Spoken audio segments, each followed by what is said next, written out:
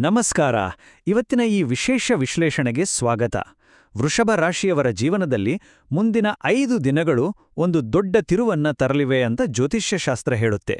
ಹೌದು, ಕೇಳೋಕೆ ಆಶ್ಚರ್ಯ ಅನಿಸ್ಬೋದು ಅಲ್ವಾ? ಕೇವಲ 5 ದಿನಗಳು ನಮ್ಮ ಭವಿಷ್ಯದ ದಿಕ್ಕನ್ನೇ ಬದಲಿಸೋಕೆ ಸಾಧ್ಯನಾ? ಬನ್ನಿ, ಇದರ ಹಿಂದಿನ ರಹಸ್ಯ ಏನು ಅಂತ ತಿಳ್ಕೊಳ್ಳೋಣ. ಅಂದ್ರೆ ಇದು ಸುಮ್ಮನೆ ಬಂದು ಹೋಗುವಾರ ಅಲ್ಲ.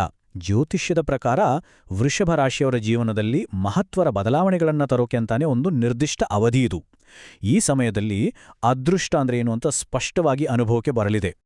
ಅಷ್ಟೇ ಅಲ್ಲ, ಈ ಅವಧಿಯಲ್ಲಿ ಒಂದಲ್ಲ ಎರಡಲ್ಲ, ಬರೋಬ್ಬರಿ 4 ದೊಡ್ಡ ಸಿಹಿ ಸುದ್ದಿಗಳು ಕಿವಿಗೆ ಬೀಳುವ ಸಾಧ್ಯತೆ ಇದೆ ಅಂತಾನೂ ಹೇಳಲಾಗತ್ತೆ.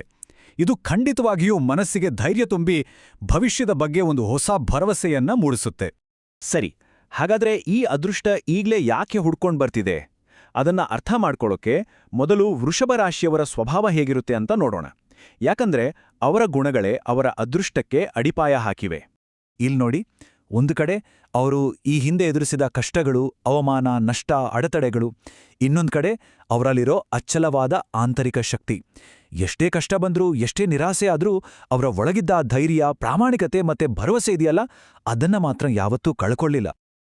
ಅವರ ಗುಣಗಳೇ ಹಾಗೆ. ತುಂಬನೇ ಪ್ರಾಮಾಣಿಕರು, ನೇರ ನುಡಿಯವರು. ಯಾವುದೇ ವಿಷಯನಾದರೂ ಆಳವಾಗಿ ಯೋಚನೆ ಮಾಡ್ತಾರೆ, ಬುದ್ಧಿವಂತರು. ಬೇರೆಯವರ ಕಷ್ಟಕ್ಕೆ ಮರುಗುವ, ಸಹಾಯ ಮಾಡುವ ಮನೋಭಾವ ಅವರದು. ಅಷ್ಟೇ ಅಲ್ಲ, ಅವರ ಇಚ್ಛಾಶಕ್ತಿ ಮತ್ತೆ ದೃಢ ಸಂಕಲ್ಪ ಇದೆಯಲ್ಲ, ಅದು ಅಸಾಧಾರಣ. ಜೊತೆಗೆ ಕುಟುಂಬ ಅಂದ್ರೆ ಪಂಚಪ್ರಾಣ.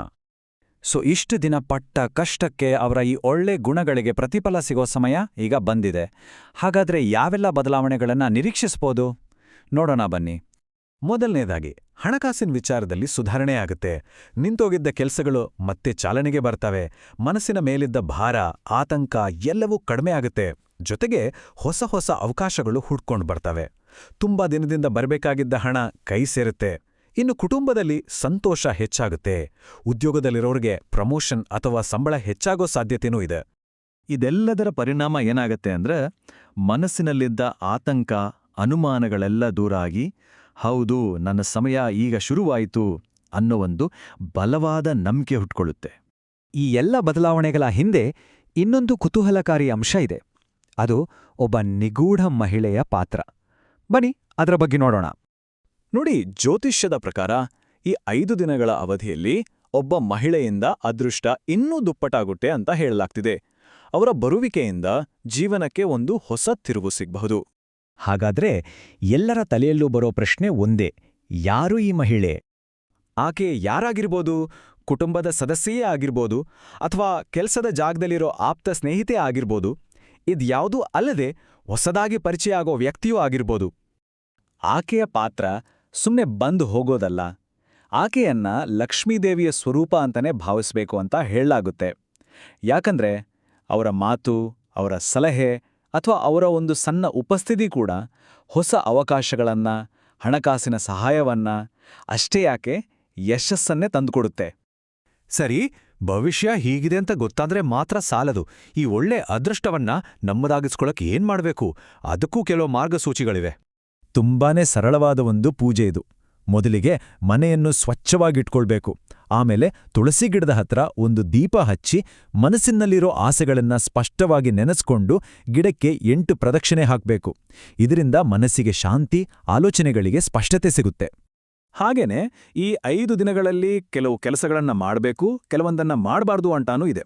ಉದಾಹರಣೆಗೆ, ಹೊಸ ಕೆಲಸ ಶುರು ಮಾಡೋದಿದ್ರೆ ಬುಧವಾರ ಅಥವಾ ಶುಕ್ರವಾರ ತುಂಬಾ ಒಳ್ಳೆಯದು.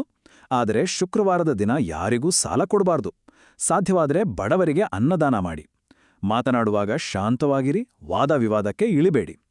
ಇನ್ನೊಂದು ಗಮನಿಸಬೇಕಾದ ಅಂಶ ಅಂದ್ರೆ, ಪಿ ಅಥವಾ ಎಂ ಅಕ್ಷರದಿಂದ ಹೆಸರು ಶುರುವಾಗೋರ ಹತ್ರ ಸ್ವಲ್ಪ ಜಾಗರೂಕರಾಗಿರ್ಬೇಕು ಅಂತಾನೂ ಹೇಳಲಾಗುತ್ತೆ. ಇನ್ನು ಈ ಸಮಯದಲ್ಲಿ ಧರಿಸೋ ಬಟ್ಟೆಯ ಬಣ್ಣಗಳು ಕೂಡ ತುಂಬಾನೇ ಮುಖ್ಯ. ಹಸಿರು, ಕೆಂಪು, ಹಳದಿ, ನೀಲಿ, ಬಿಳಿ ಮತ್ತೆ ಗುಲಾಬಿ. ಈ ಬಣ್ಣಗಳು ಸಕಾರಾತ್ಮಕ ಶಕ್ತಿಯನ್ನ ಆಕರ್ಷಿಸ್ತವೆ. ಕೊನೆಯದಾಗಿ ಒಂದು ಮುಖ್ಯವಾದ ವಿಷಯವನ್ನ ನೆನಪಿನಲ್ಲಿಡಬೇಕು. ಈ 5 ದಿನಗಳ ಬದಲಾವಣೆ ಅನ್ನೋದು ತಾತ್ಕಾಲಿಕ ಅಲ್ಲ. ಇದು ಜೀವನದ ಒಂದು ಹೊಸ ಅಧ್ಯಾಯದ ಆರಂಭ. ಭವಿಷ್ಯಕ್ಕೆ ಒಂದು ಗಟ್ಟಿ ಅಡಿಪಾಯ ಹಾಕುವ ಸಮಯ. ಹಾಗಾದ್ರೆ ಒಂದು ವೇಳೆ ಜೀವನ ಅನ್ನೋ ಪುಸ್ತಕದಲ್ಲಿ ಒಂದು ಹೊಸ ಪುಟ ತೆರೆದುಕೊಳ್ತೆ ಅಂದ್ರೆ, ಆ ಪುಟದಲ್ಲಿ ಏನನ್ನು ಬರೆಯೋಕೆ ಇಷ್ಟಪಡ್ತೀರಿ? ಯೋಚನೆ ಮಾಡಿ.